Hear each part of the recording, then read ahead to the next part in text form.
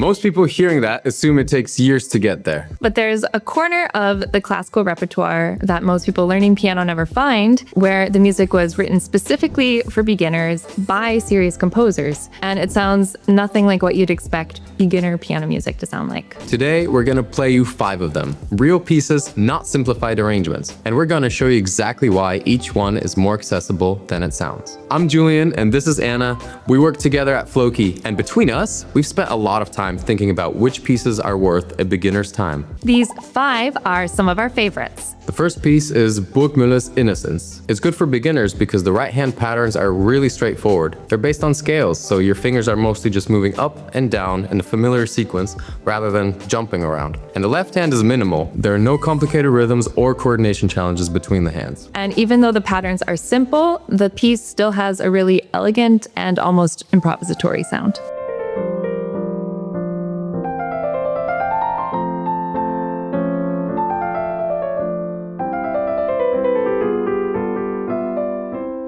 Very nice. Yeah, I see what you mean. It's just really kind of playing the scales. Yeah, like let's just take a look at the first measure even, right? This sounds really busy, but it's just a 4-note downward pattern. And then you just repeat it again. And one more time with the B flat. Ah. Yeah, way easier. It sounded a lot more complicated than it is. Yeah, so it's pretty straightforward. And then the second one. Just scale up and down. Yeah. Awesome. What does left hand do? Left hand just accompanies with some chords, just outlining the harmony. From F. And then to that's it. Oh, Okay. pretty basic. Simple. Yeah. Should we try it? Yeah. I don't know if I could do it just the first. Wait, so I'm like an octave apart or 2 octaves apart? Yeah. It's also really nice because the hands are playing at the same time. You don't have any complicated rhythms. Yeah, and it's titled Innocence, so I think you can take that as you will, like you have some free reign, but it doesn't need to be fast to sound impressive too. It can just be like, just like a little win. It sounds so dreamy. I think so, right? So, yeah, something about the chord progressions. Yeah. There's a little delicate melody. Yeah. You want to try it again? I'll accompany. And one more time.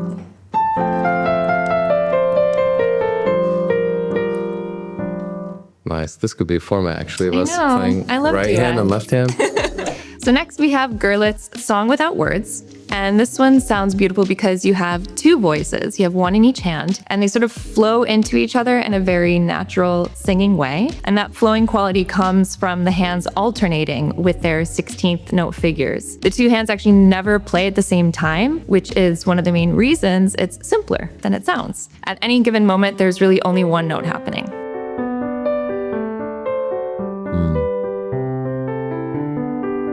Also dreamy.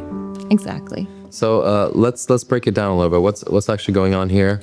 I see it's mostly just 16th notes. It's just 16th notes, and you'll see that the first note of each 2-note group is our melody. So the left hand has this bass melody going on with kind of a little accompaniment. And the right hand has its own melody, again with its own little accompaniment. There's like multiple voices going on. Multiple voices, which is why it sounds more interesting and rich, because you have 2 things happening, but they flow together into each other. Multiple voices, no words. Exactly.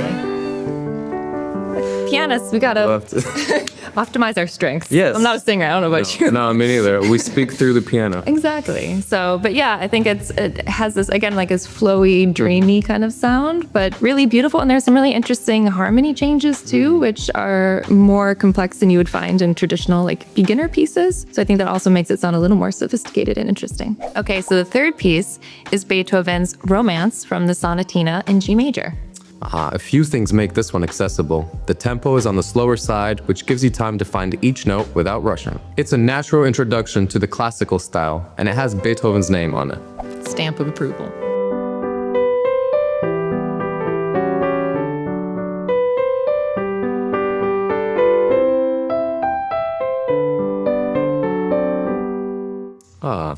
Very pleasant waltz vibes. Yeah, very charming, you know. Very also, even though it's sort of on the simple side, it has a very memorable melody, I would say. Earworm. Yeah, 100%. Da-dum-ba-dum. No, I think like, well, if you play the whole piece, there are other moments that like build more. So for example, there's this part in the middle where you get these rolled chords. It sounds almost like a cadenza. Ooh, okay. Cadenza already sounds impressive. So there's like some nice drama and then this little like, oh, very improvisational again. Like a little Really like breaks the rhythm kind of. Oh, and then back to the main theme. So yeah, I feel like it almost is like a little concerto kind of vibe for me. But yeah, again, like the left hand is not super complicated, but it does introduce new ways of breaking down chords into different patterns. That is like a good kind of challenge for an early beginner. But the rhythms are pretty straightforward also. So you have tiny new differences, like you have low grace notes, new staccatos that maybe you haven't encountered before. So it's a good challenge for introducing new techniques, but it's still very accessible for beginners. So what's next?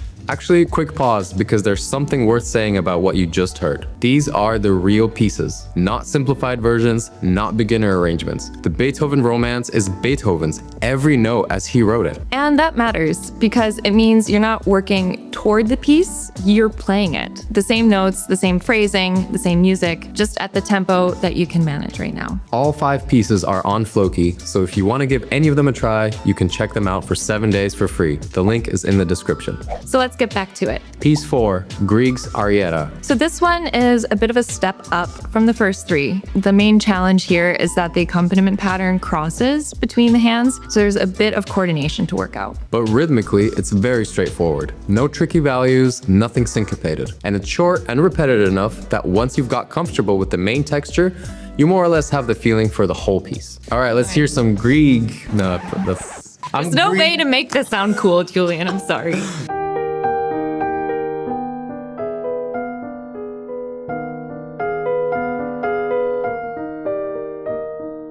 Ooh, sounds almost mysterious. So the melody itself is pretty straightforward. Like you just have it in the top voice. But then it's this accompaniment stuff that's happening between the left hand and the bottom part of the right hand that really gives it that kind of like texture that sounds really flowy.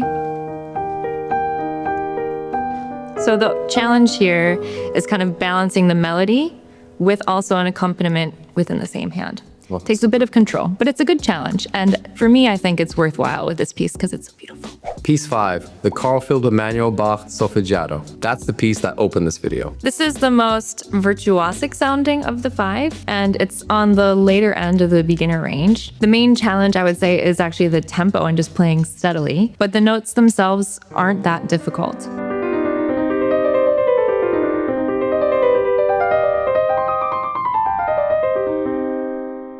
That looked super complicated. I think it looks way more complicated than it is to actually play because it's the same pattern moving up the keyboard, and it looks complicated partly because you're switching hands. Like right now we're just outlining C minor and then G major.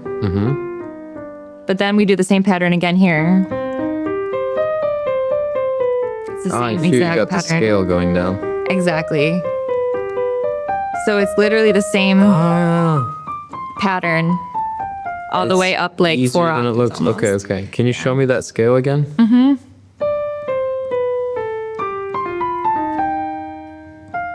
Wrong fingering, but It's okay, yeah.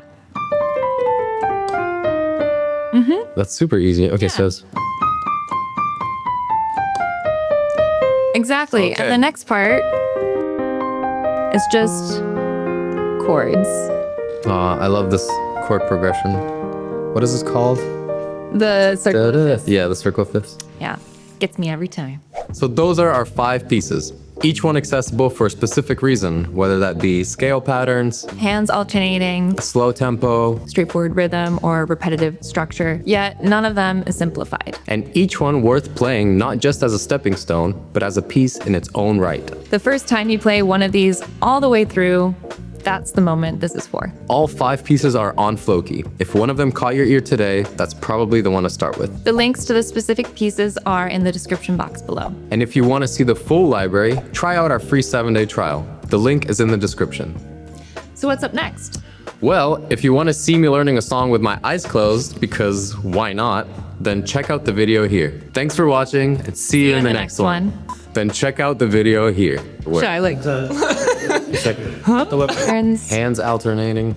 alternating? Alternate Alternating hands. relatively quickly. Good. Is he gonna...